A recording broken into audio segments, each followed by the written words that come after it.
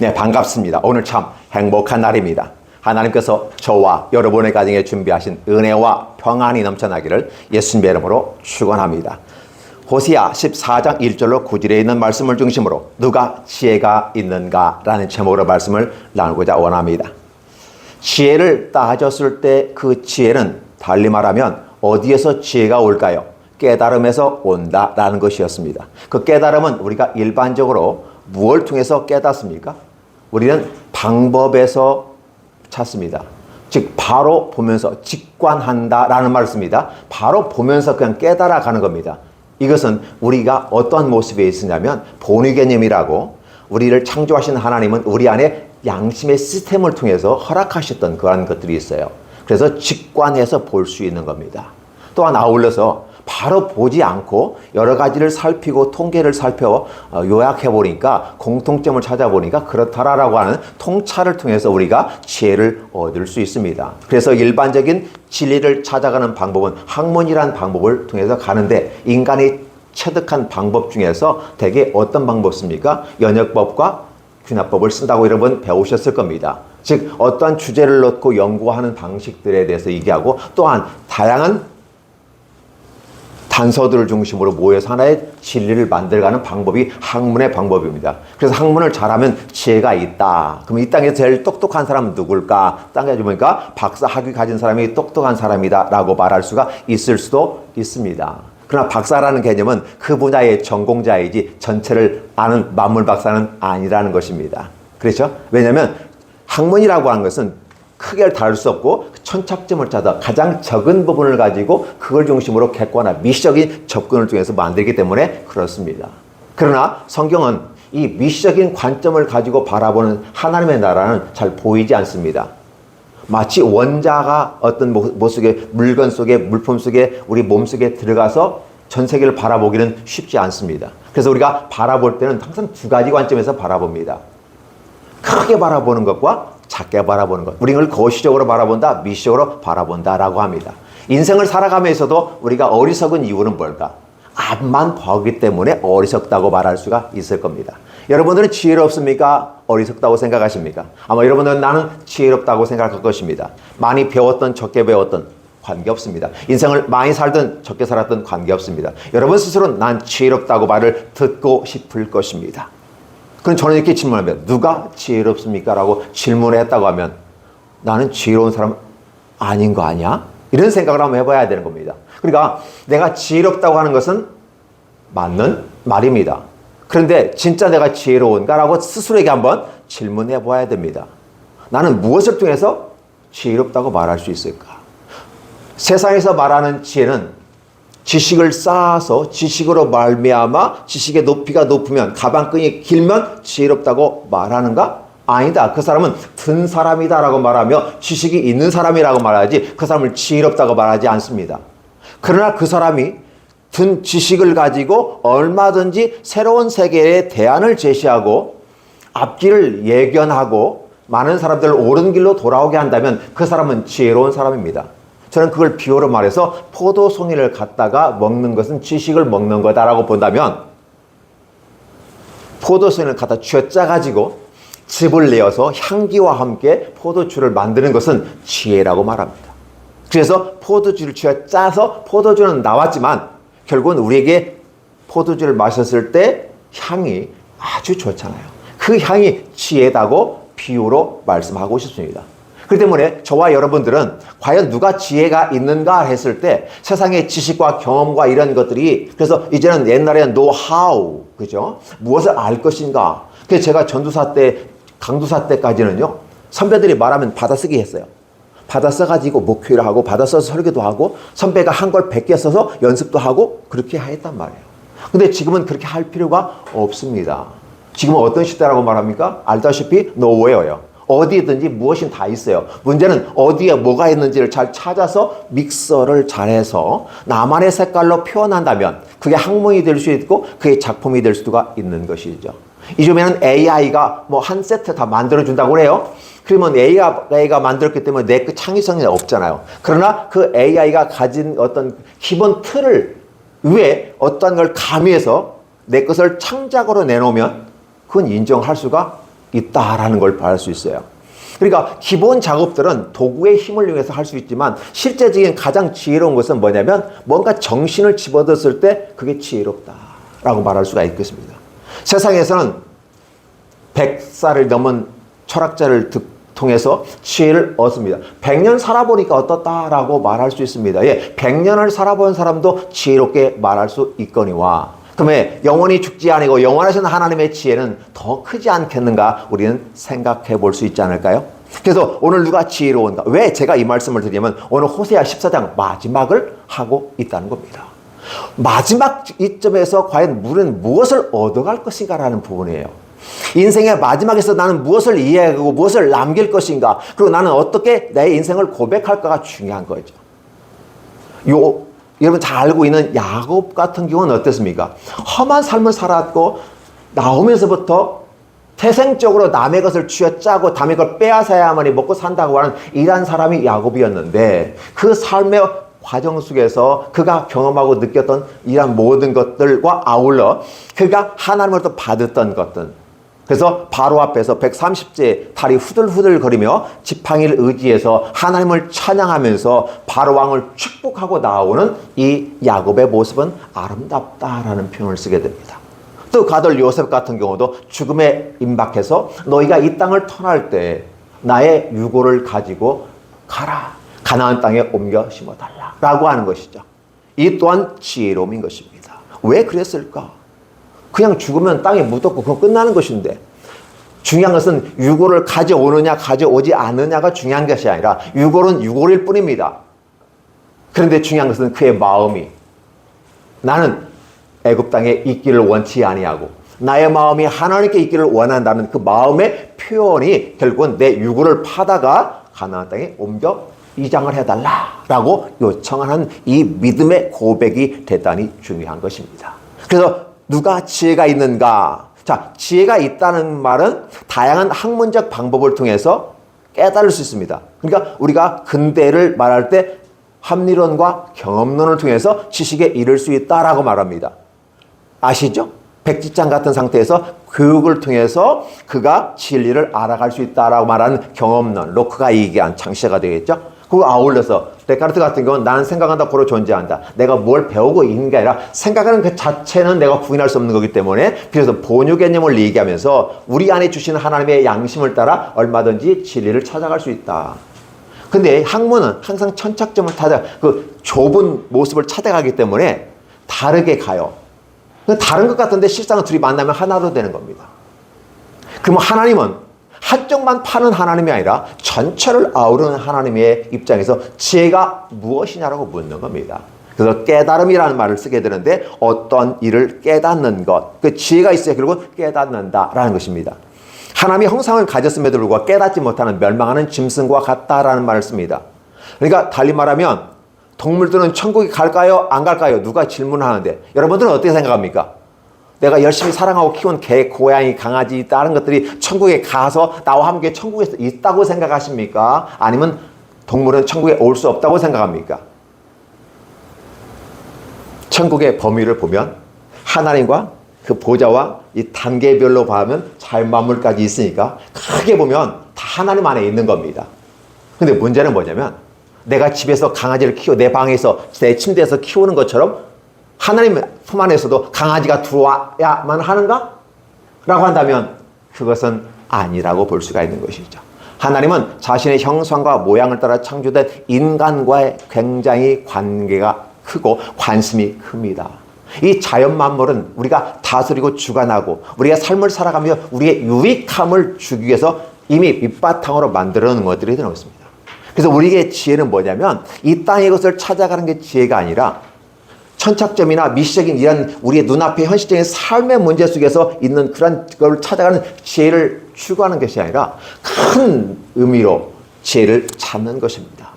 그것은 하나님이 우리 눈에 보이지 않습니다. 만져지지 않습니다.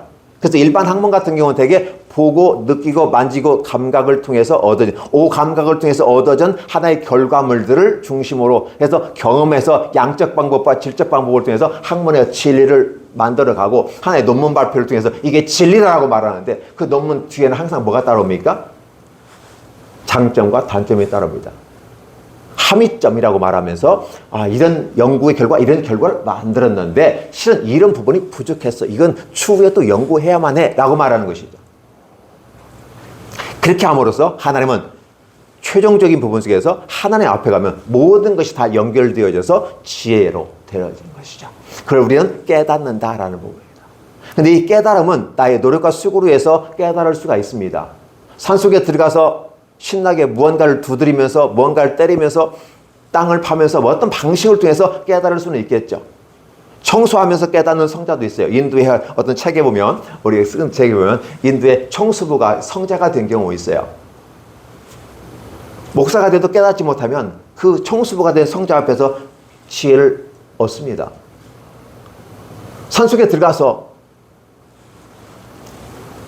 나무를 두드패거나 뭘 어떻게 하든 간에 중요한 것은 깨달음이 얻는 것 대단히 중요하잖아요. 그럼 우리는 그걸 존중합니다.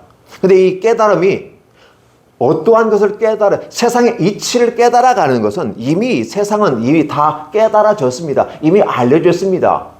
세상의 학문으로 이 땅에 안 된 게 없어요. 다 됐어요. 단지 남들이 좀 놓쳤던 부분을 파고들어간 것이 연구 방법이란다면, 학문의 목적이란다면 오늘 우리들의 모습은 어떤 모습이냐? 하나님을 알아가는 것입니다. 보지도 않아요. 냄새도 못 맡아요. 귀로 들리지도 않아요. 단지 마음으로 들려지는 소리에 의해서 우리 하나님을 믿을 수가 있는 거고, 하나님 우리에게 조명해 주셨을 때 어두운 칠 같은 밤에 라이트로 쫙 비춰줬을 때 길이 보이는 것처럼 캄캄한 그 가운데 어떤 걸 바라볼 수 없어요. 우리 눈으로는. 그러나 그 차에 헤드라이트가 비춰줬을 때 우리는 그 길을 따라갔을 때 안전하게 가는 것처럼 바로 우리 지혜는 그렇게 다가오더라는 것입니다. 한 점 빗줄기가 그에게 임하였더라. 빛을 따라간 사람들, 왜 빛을 따라간 사람이라고 했을까? 이 세상에 태양빛도 있는데 왜 빛을 따라가? 태양빛이 비치는데 뭐 빛이 의미가 있겠나요? 태양이 더 강한 같이 느껴지잖아요. 그러니까 우리는 빛이라는 개념은 태양 같은 존재거든요. 그러면 우리에게 와서 깨달음을 주는 겁니다. 그래서 우리는 지혜가 생긴다라는 것이죠. 결국은 이 지혜가 있는 사람은 깨닫는 건데 그걸 우리는 총명이다라고 말하는 것이에요.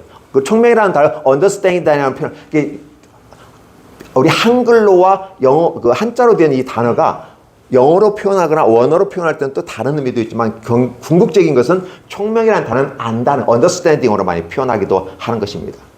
그건 뭐냐면 여호와의 도예요. 그러니까 세상의 학문으로 만들어진 것들을 추구하는 것은 우리가 이 땅을 살아가는 우리의 삶에 필요한 하나의 도구입니다. 왜 공부합니까? 내가 잘 살기 위해서. 결국은 공부해서 돈을 벌어야 내가 잘 살 수 있기 때문에 공부를 하라는 거예요. 그게 부모의 일반적인 교육 방식이에요. 나 괜찮아. 나 공부 안 하고도 내가 살 수 있다니까. 나 그냥 먹고 살고 대충 살아도 돼. 근데 우리는 공부 안 하면 바보같이 똥찌개지고 다닐 거야. 제가 어렸을 때 너 공부 안 하면 똥찌개지고 살아갈 거야. 이렇게 얘기했거든요. 우리 아버지가. 배우지 않으면 안 된다는 거예요. 이 사회 구조는 그렇게 되어 있습니다. 그래서 노력해야 돼. 그 노력이 지식을 통해서 학위를 받든지 노력을 통해서 내가 전문가의 자격증을 받든지 아니면 자격증 어쩌면 달인이란 어떤 호칭을 받아야만이 내가 인정받는 세계가 됩니다. 그래야 내가 대접받을 수 있고 수입도 보장될 수 있고 그래야만이 나의 신뢰하니까 나한테 어떤 사건들이 의뢰가 되고 의뢰가 돼야만 내가 수입을 얻을 수 있잖아요. 그럼 우리는 그건 당연한 겁니다. 그리고 이 땅을 살아가는데 우리는 거기에 포인트 맞춰서 교육이라든지 모든 거 다 연결되어 있어요. 유일하게 하나님께서 우리에게 주신 거예요. 이 땅의 것만 바라보지 말고 하나님의 나라를 바라봐라. 방주를 만들어 놓고 네가 살 수 있는 길은 이 방주 안에 들어오는 건 사는 방법이야. 세상 가운데는 던져진 존재야. 방주에 들어와 라는 거였어요. 방주에 들어오는 건 우리들의 몫이에요. 들어와야만 하는 것입니다. 그러나 방주에 들어와서는 어디를 바라보라고 합니까? 배에 탔으면 항해를 해야 될 거 아니에요? 그 재밌는 건 뭐냐면 노아 방주에는 노가 없다라는 거예요. 노아 방주에 노가 없어요. 노 젓는 게 없어요. 엔진도 없어요. 흘러가는 대로 갑니다. 무엇을 바라볼까요?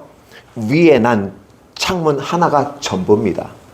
왜 하나를 만들었을까? 옆에도 좀 만들어놓으면 좋지 않았을까라는 것이 저의 생각인데 많은 사람들도 생각이거든요. 근데 만약에 옆에 창문이 났더라면 그때 당시 방수세리가 좀 애매한 것도 있지만 유리가 없으니까. 그럼 유리가 없으면 어떻게 돼요? 내리치는 바위에 깨져버릴 수도 있잖아요. 지금은 아주 실력이 좋아서 압력에도 부서지지 않는 유리가 있잖아요. 그래 그때는 그렇게 할 수 없다는 거죠. 근데 만약 그런 기술이 그때 당시 있어서 만들었다 할지라도 결국 못 보아요. 왜 못 볼까요? 하나님께서 이 땅을 심판하는데 노아 홍수로 말미암아 이 세상을 뒤집어 버립니다. 산이 바다가 되고 바다가 산이 되어 버립니다. 뒤집어집니다. 그리고 이 물은 모든 높은 산보다 될 꼭대기에 있기 때문에 밑에서 무슨 일이 발생하는지를 몰라요. 만약에 그 과정을 여러분이 봤다면 기절할 겁니다. 아니 죽을 수도 있어요. 충격에 트라우마가 잡혀서 우리가 조그만한 사건만 봐도 우리는 트라우마라는 말을 씁니다. 하나님의 위대한 역사 앞에서 인간은 그냥 죽습니다. 하나님의 은혜입니다. 보지 않게 한 것입니다. 그게 바로 방주입니다. 그리고 오직 한 가지만 바라보라. 위를 바라보라는 거죠. 이게 주신 창세기의 한 사건들을 통해서 우리에게 준 하나님의 비유를 통해서 우리에게 깨닫게 해주시는 거예요. 총명이란 하나의 창이 있다. 지혜란 한 창이 있다. 그건 깨닫는 것에 바라본다. 바라본다는 개념은 하나님의 말씀대로 순종해 간다는 것이었습니다. 바라본다는 것은 내가 보고 싶어 보는 걸 본다. 이게 see 이렇게 그죠? 보는 것이 있을 수 있습니다. 그냥 자연스럽게 내가 보고 싶지 않아도 보는 거 보는 거예요. 그냥 관심을 가지고 볼 때 단어가 달라지지 않겠습니까? 하나님은 저와 여러분에게 하나님 방식으로 보았을 때 지혜가 열리고 하나님 방식으로 했을 때 깨달음이 있다는 겁니다. 거기에 총명이 있고 그렇죠. 그게 곧 은총이라고 말하는 것인데 요즘 신약에서 쓰는 말은 은혜라는 말을 쓰게 됩니다. 은혜가 값싼 은혜처럼 싸구려처럼 막 불려가지고 조금 이렇게 은혜가 은혜되지 않는 모습이 많이 발생합니다. 달리 말하면 은혜가 나한테 도움이 되면 은혜가고 남에게 도움이 되면 은혜가 아니에요. 내가 하면 로맨스고 남이 하면 불륜이라는 말 똑같은 겁니다. 그러면 은혜가 안 돼버렸어요. 무가치한 것처럼 보고 가장 비싸고 가장 위대한 것, 달리 말하면 은총이라는 개념은 우리가 갚을 수 없는 게 은총입니다. 그러니까 내가 빚을 졌으면 내가 빚을 갚으면 되잖아요. 근데 너무 빚이 커가지고 갚을 수 없어. 근데 누군가가 와서 나를 빚을 갚아줬어.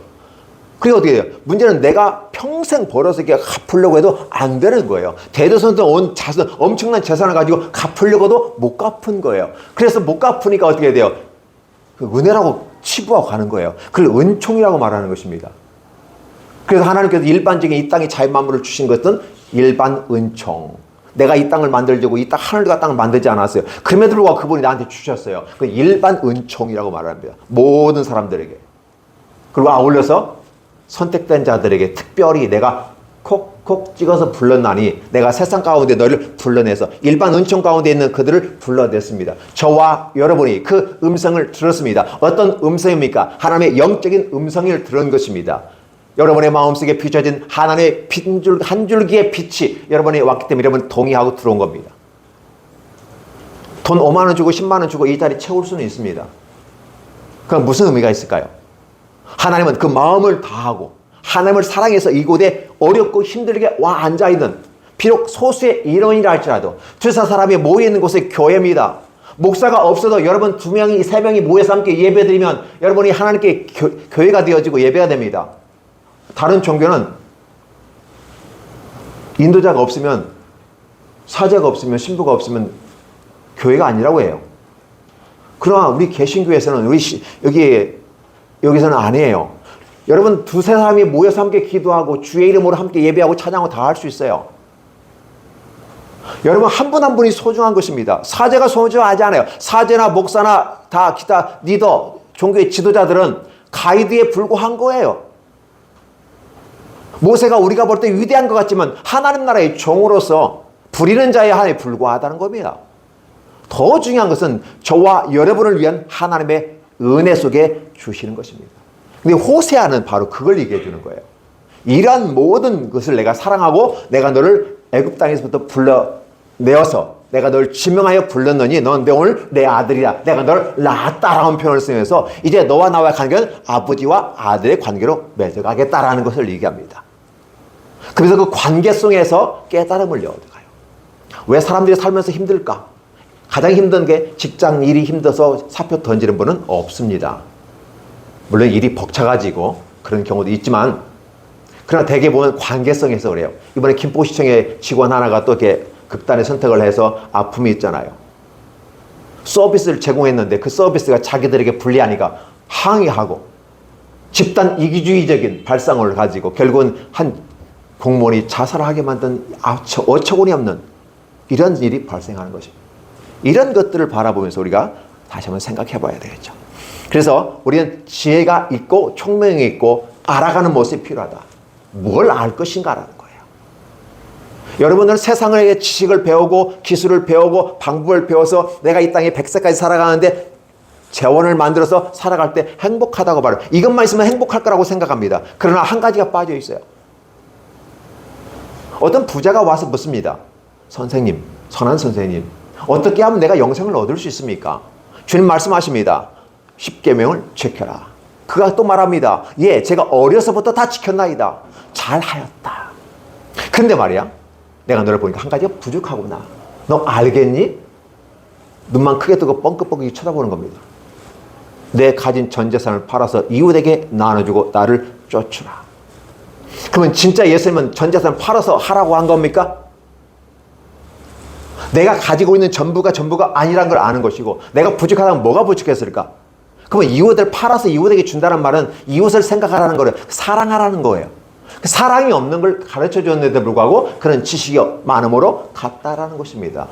그가는 성공한 자입니다. 아마 그는 청년이었고 부자였을 것입니다. 관원이었을 것입니다. 더 잘 나간 사람 있을 수도 있습니다.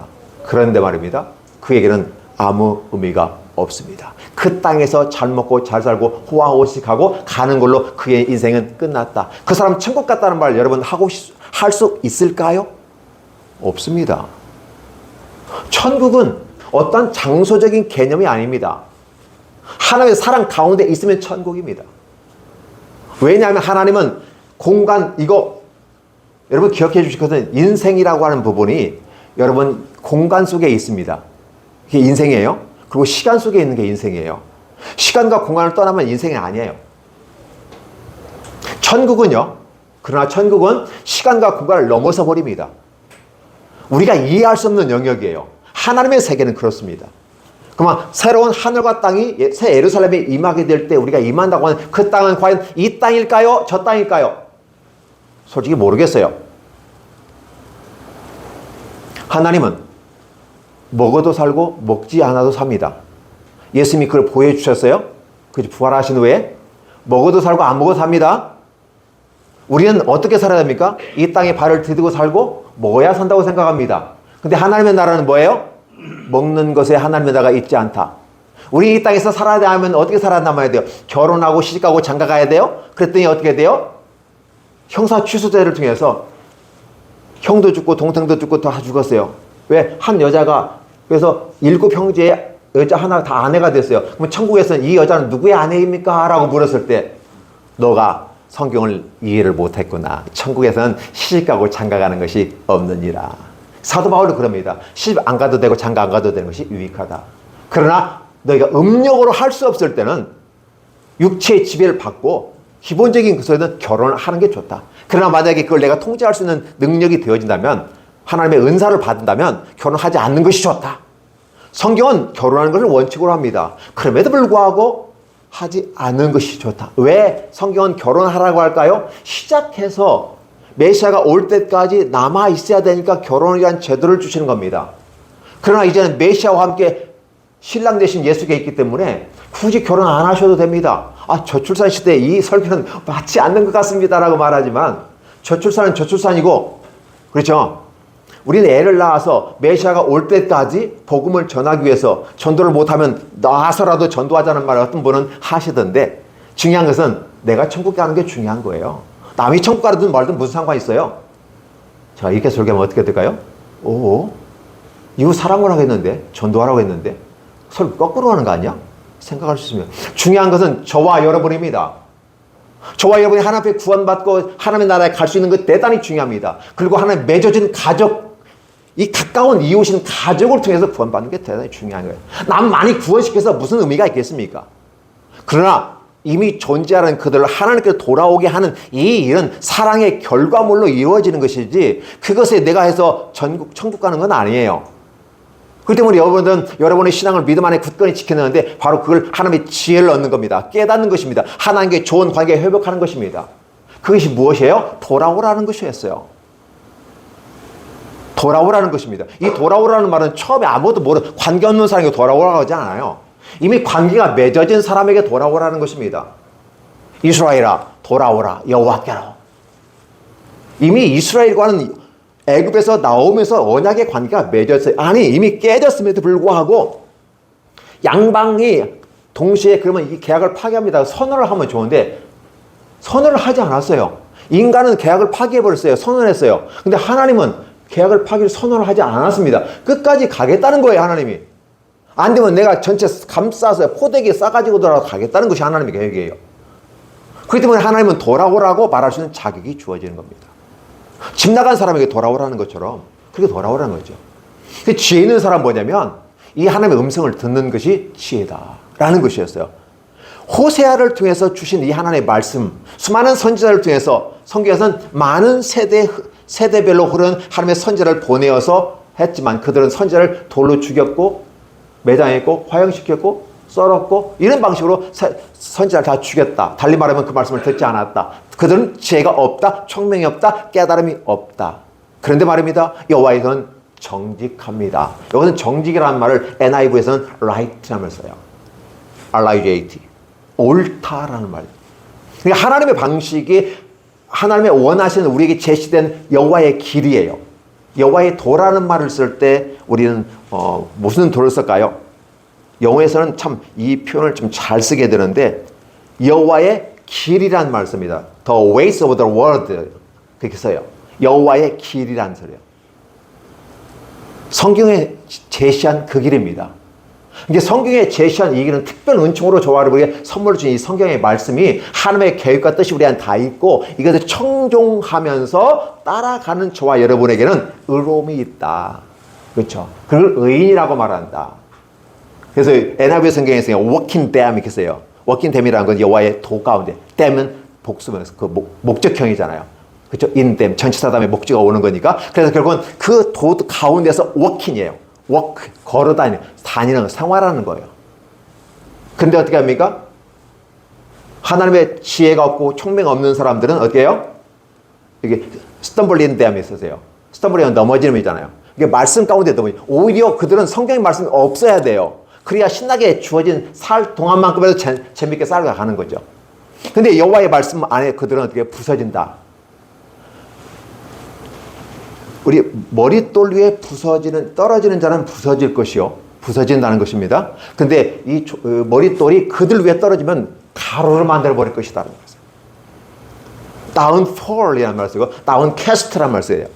그래서 떨어졌다, 엎드려졌다, 너는 흔들리고 있다 라는 거예요. 이게 지혜로운 사람은 흔들리지 않는 거예요. 어지러우게 토할 것 같은 사람 있잖아요. 버스 타고 막 쫙 가면, 막 쭉 가면 막 갑자기 막 토하려고 그래요. 그런 사람은 어떻게 돼요? 멀리 봐야 돼, 멀리. 높이 하늘을 봐야 돼요. 그러면 흔들려도 여기 보니까 그거 많이 안 흔들리거든요. 근데 여기 보면 팍팍팍 하면 많이 흔들리니까 어지럽잖아요. 토할 수 있고. 우리가 하나님을 한번 본다고 하는 게 그 부분이에요. 그러니까 이 교회에서는 세상의 학문을 가르치지 않습니다. 단지 학문의 방법을 통해서 이르는 정직한 도가 아니라 하나님이 우리에게 주신 그 여호와의 길이라고 하는 여호와의 도라고 하는 것은 의로우니까 글로 걸어가는 사람 우리는 의로운 사람이라고 하고 그렇지 않은 사람은 어떻게 돼요? 우리는 그렇게 부르지 않습니다. 리벨리오스라고 하세요. 저항자, 거부자, 반역자 이런 말을 쓰게 되거든요.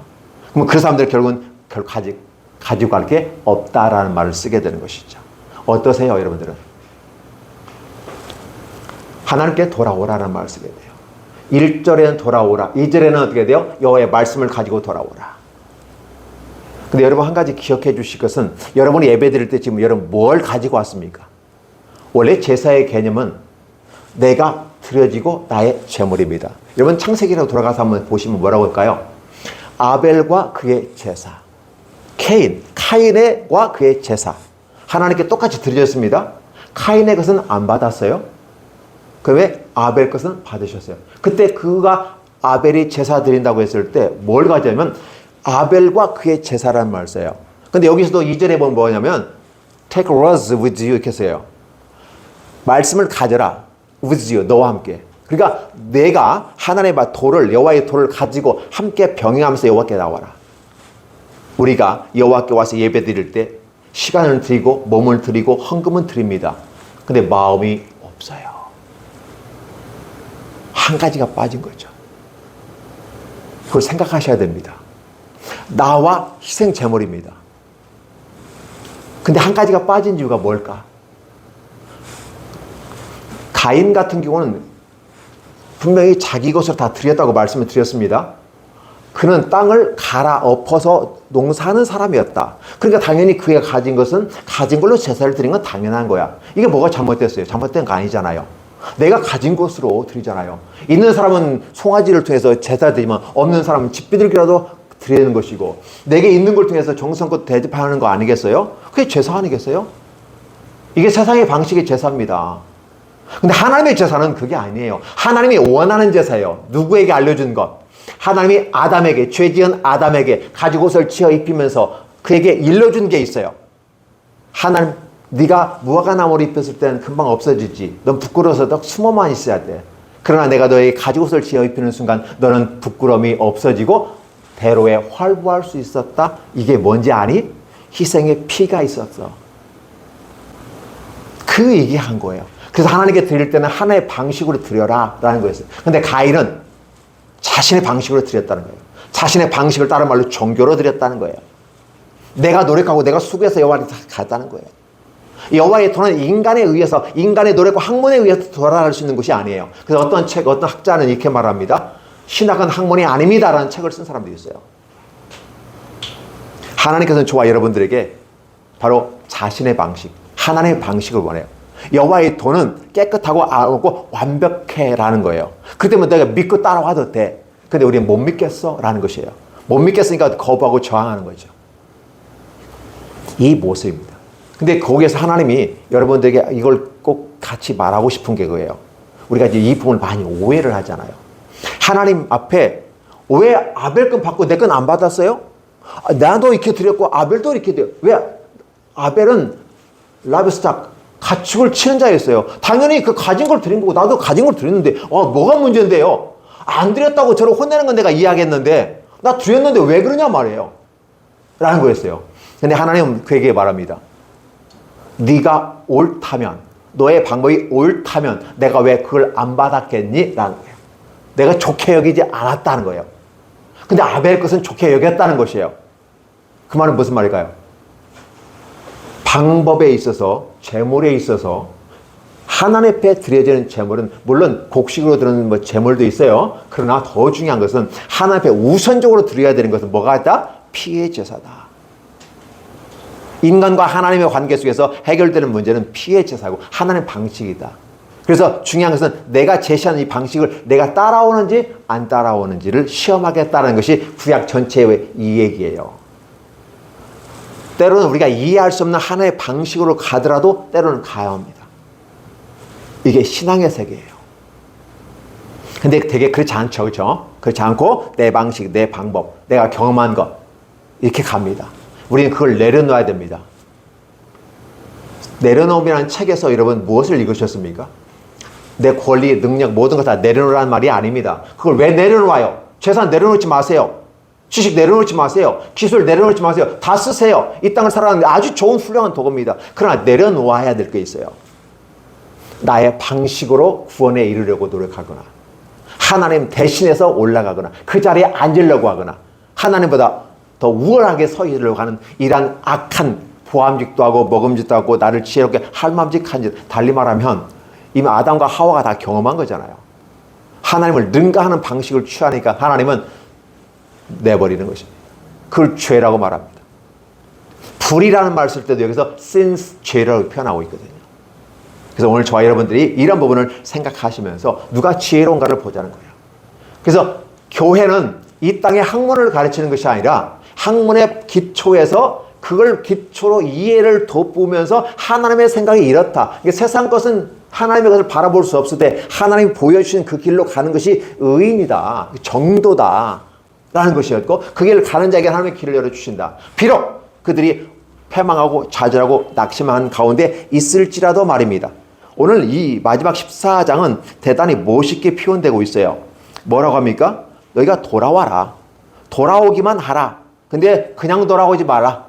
말씀을 가지고 돌아와라. 이 구조를 한번 보세요. 창세기는 하나님의 천지를 창조하시니라 그랬는데 요한복음에 가니까 하나님은 말씀으로 천지를 창조하셨다 이렇게 나와 있어요. 같은 대응구이면서 대조구입니다. 여기도 마찬가지. 1절에서는 하나님께 돌아오라라고 했는데 2절에서는 구체적으로 말합니다. 말씀을 가지고 돌아와라 라고 표현하고 있고요. 자, 그래서 우리가 하는 말도 있어요. 구원받은 저와 여러분들이 하나님께 해야 될 말들이 어떤 말들일까요? 내 모든 불의를 제거하시고 선한 말을 받아 주시옵소서. 내가 예전에 수송아지에게 입맞추라고 말했고 또 입맞추고 나오는 거예요. 수송아지에게 입맞추는 거예요.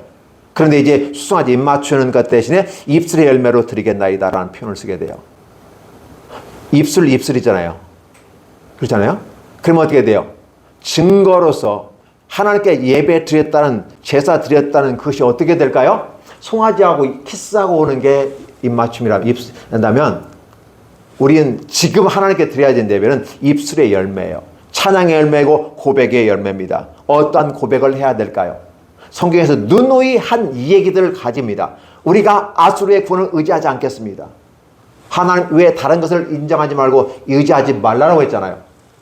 그리고 말을 타지 아니하며, 이 말은 말을 의지하지 않겠다. 달리 말하면 군사력에 의지하지 않겠다. 경제력에 의지하지 않겠다라는 것이었어요. 우리의 손으로 만든 걸 향하여 우리의 신이라고 금송아지를 만들어놓고 우리 신이라고 말했던 그들을 어떻게 해요? 이제는 그것이 아니라고 하겠다라고 하는 것을 고백하게 되는 거예요. 그러니까 어떻게 돌아온다는 개념이 어떻게 해요? 가다 유턴해서 돌아온 개념도 우리는 지리학적으로 볼 수 있지만, 그러나 우리의 마음이 돌아져서 예전에 했던 모든 걸 손 다 털어버리고 손 딱 씻고 내가 다시 하지 않겠습니다. 왜냐? 고아는 부모가 없잖아요. 되게 자식은 부모가 있다는 걸 전제합니다. 자식은 부모를 따라가야 돼요. 그렇죠? 근데 이 고아라는 개념은 없어요. 부모가 없어요. 그러면 고아는 어떻게 돼요? 부모가 있으려면 입양이 돼야 돼요. 양자가 돼야 돼요. 하나님이 양자가 됩니다. 하나님이 우리를 양자 삼으신 겁니다. 그래서 고아가 주로 말미암아 궁의를 얻었습니다. 이게 아무것도 없는 사람이 누구에 의해서? 입양하는 사람에 의해서 그 아이를 데려다가 선택하는 거잖아요. 선택하든지 안 하든지는 그 부모의 몫이잖아요. 하나님이 우리를 궁일히 여겨서 아들 삼아 주셨다. 오늘 내가 그를 낳았다. 내가 마음으로 낳았어 라고 말하면서 데려왔다. 그래서 하나님께서 이제 그들의 과거의 모습은 다 잊어버리겠다. 그러니까 하나님께서는 우리의 모든 죄가를 다 도말하시고 없이 하시고 기억하지 않겠다라고 말하는 것이 하나님의 사랑입니다. 그럼에도 다른 성경이 이렇게 표현해요. 너희가 악한 짓을 할 때는 내가 그걸 기억하겠고 내가 저장해놓고 나중에 그걸 근거해서 심판할 거야 라고 분명하게 못 받고 있어요. 호세에서도. 근데 내가 반역을 고치겠다. 그리고 반역을 고치되 기쁘게 사랑하리니 나의 진노에서 그들이 떠났습니다. 집 나간 자식 탕자의 비유 보시면서 아시죠? 집 나간 자식 어떻게 해요? 나갔으니까 들어오기만 해봐요. 들어오지 않겠죠? 돈 갖고 나갔으니까. 근데 나중에 돌아올 때 어떻게 해요? 아버지가 궁휼히 기쁘게 맞아서 오는 모습들 한번 기억해 보시면 어떨까요? 여러분의 모습은 어떻게 되기를 원하십니까? 하나님 이렇게 말하면 내가 이스라엘의 이슬같이 되겠다. 우리에는 이슬에는 의미가 없어요. 그러나 이 팔레스틴에게는 이슬은 놀라운 축복의 상징입니다. 이게 없으면 사막에서 살아남기 힘들어요. 이슬은 축복을 얘기합니다. 백과 같이 피겠다. 레바논 백화목 같이 뿌리가 박힐 것이다. 그전에는 뭐라고 했어요? 동풍을 불어서 다 쓸어버리고 말려버리겠다라고 했는데 이제는 뿌리가 박히고 열매가 퍼지겠다. 요셉 자손에게 준 담장나무로 뻗은 나무 아시죠? 야곱의 축복의 노래. 그러면 그렇게 축복을 다시 하시겠다. 가지가 퍼지며 그 아름다운 감람나무 같고 그 양은 레바논 백향목 같다. 예. 레바논 백향목이라는 것은요, 통치자 권위, 능력을 상징합니다. 아주 고급스러운 것을 말할 때. 그러면서 늘 얘기합니다. 그 그늘 아래 거주하는 자가 하나님의 그늘 아래입니다. 자, 역사 속에서는 그러면 구름 기둥과 불기로 인도하셨다는 걸 여러분이 다 알고 계실 것입니다. 그 하나님의 인도하심 속에 있을 때 그들의 풍성함이 곡식같이 풍성하고 포도나무같이 꽃이 필 것이며 향기는 레바논의 포도주같이 되리라. 에브라임이 이렇게 말합니다. 이렇게 고백하기를 원한다는 거예요. 내가 다시 우상과 무슨 상관이 있겠는가? 이제는 나 바라보지 않겠다. 자, 내가 그들을 돌아보아 대답하기를 나는 푸른 잣나무 같으니 내가 나로 말미암아 열매를 얻으리라. 이 말을 하라는 것입니다. 오늘 저와 여러분들은 하나님 앞에 돌아와서 우리들의 입술의 열매를 하나님께 드려지고 내 삶에 고백하는 모습 가운데 삶을 살아가야 된다. 이게 지혜다. 이게 지혜자다라는 걸 얘기합니다. 이걸 깨달으라는 것이에요. 그래서 호세아 1장부터 14장까지 늘 쭉 얘기하는 것은 너는 몰랐구나. 몰라서 그랬지. 내가 기다려줄게. 깨우쳐지는 시간들 가지면서 깨달아라. 토론하고 변론하고 때로는 법으로 얘기하고 그럼에도 불구하고 돌아오지 못하면 너는 이미 없어졌어. 엎어졌어. 다운폴이에요. 그냥 떨어졌어. 엎어져 버렸어요. 그런데 내가 다시 회복하겠다. 다시 한번 기회 주겠다. 그게 누구로 말미암아? 예수 그리스도에게서 주신다. 그러면 오늘 저와 여러분들은 누가 지혜가 있는가라는 제목을 던져놨기 때문에 여러분들이 지혜가 있으려면 하나님의 말씀, 여호와의 도를, 성경의 말씀들을 조목조목 읽고 그대로 행하려고 읽고 듣고 행하는 모습. 그게 전형적인 표현이 예배드리는 모습이고, 그리고 예배드릴 때는 우리가 어떻게 돼요? 우리의 재물과 내 자신을 드리는 것처럼 우리의 마음을 드려서 사랑을 드려서 함께 예배드리는 모습은 아름답다. 오늘 이 시대에 이것이 필요하다고 하는 것을 오늘 호세아를 통해서 말씀을 전해드립니다. 누가 지혜가 있는 자입니까? 이미 여러분 지혜가 있는 자들입니다. 그 지혜를 분별해 나가는 이러한 것들을 통해서 여호와의 도가 정직하니까 그 길로 걸으십시오. 워킹 대양, 그가 말씀 가운데 걸으십시오. 이게 호세아의 마지막 얘기고, 그렇게 걸으면 여러분에게 길이 열리게 된다. 그러나 만약에 선택에 의해서 여러분이 그 길을 거절하는 악한 자가 되어진다면, 대적자가 되어진다면 너는 어떻게 된다? 엎어지게 될 거다. 지금 그 엎어지는 것은 지금 그냥 눈만 딱 감으면 바로 엎어지는 겁니다. 그런데 그 엎어지는 한 순간에 지금 여호와께서 그 찰나의 순간에 메시지를 던져주는 거예요. 한 줄기의 빛처럼 저와 여러분에게 주시는 것입니다. 호세아의 말씀을 통해서. 그래서 저와 여러분들은 이제 하나님께 돌아오는 이 모습은 대단히 중요하다. 이게 교회에 오시면 세상 거 하지 말라는 게 아니에요. 세상 그 재산, 능력, 이 뭐 다 유지하고 누리십시오. 그러나 이 누리는 이 모든 것 위에 하나님이 계시고 하나님의 사랑을 실천하기 위해서 그 모든 걸 나에게 주셨으니까 내가 누리면서 내가 또 누리고 사랑을 내 주변 사람들에게 나눠주는 이런 것들이 하나의 도구가 돼야 되지. 이 도구가 신이 되면 안 됩니다. 이 도구가 종교가 되면 안 되고 이 도구가 나의 우상이 되면 안 됩니다. 오직 우리의 신은 전능하신 하나님 한 분 여호와 하나님, 그리고 그의 보내신 자 예수 그리스도, 바로 그분이 우리의 주인이시다. 그걸 깨닫고 가는 것이 사람이 지혜로운 사람이다. 거시적인 관점에서 여러분들 눈을 크게 통찰력을 가지고 한번 보셨으면 좋겠습니다. 그리고 말씀을 읽고 하나님이 주신 대로 직관을 통해서 한번 여러분이 말씀을 이해하고 나가신다면 여러분들은 지혜 있는 자일 것입니다. 그러나 이 지혜가 끝까지 가기를 원합니다. 솔로몬처럼 가다가 세상에 가장 지혜로운 솔로몬이 어리석은 자가 됐거든요. 세상 지식에 탐닉해서 그게 안에 머물러 있기 때문이에요. 세상 지식을 넘어선 여호와의 도가 진짜 지혜고 진짜 지식이고 더 나아가서 지혜가 된다는 사실을 솔로몬은 잊어버렸습니다. 그렇게 위대한 석학이었던 솔로몬이 잃어버렸다면 저와 여러분들은 오직 하겠습니까? 그럼에도 불구하고 우리를 불러주시고 초대하시는 하나님은 위대하시다.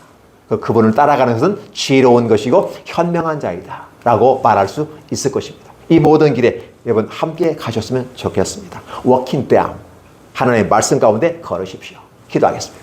하나님 감사합니다. 우리 모두를 사랑하시고 인도하사 귀한 능력으로 이끄시는 여호와를 찬양합니다. 하나님 말씀 안에 거하는 이 복을 우리에게서 빼앗지 마시고 그 길이 연속상으로 지속 가능하게 하여 주셔서 우리의 삶이 은혜가 넘치고 평안이 넘치는 안전한 삶이 될 수 있도록 축복하여 주시옵소서. 예수님의 이름으로 축복하며 기도하옵나이다. 아멘.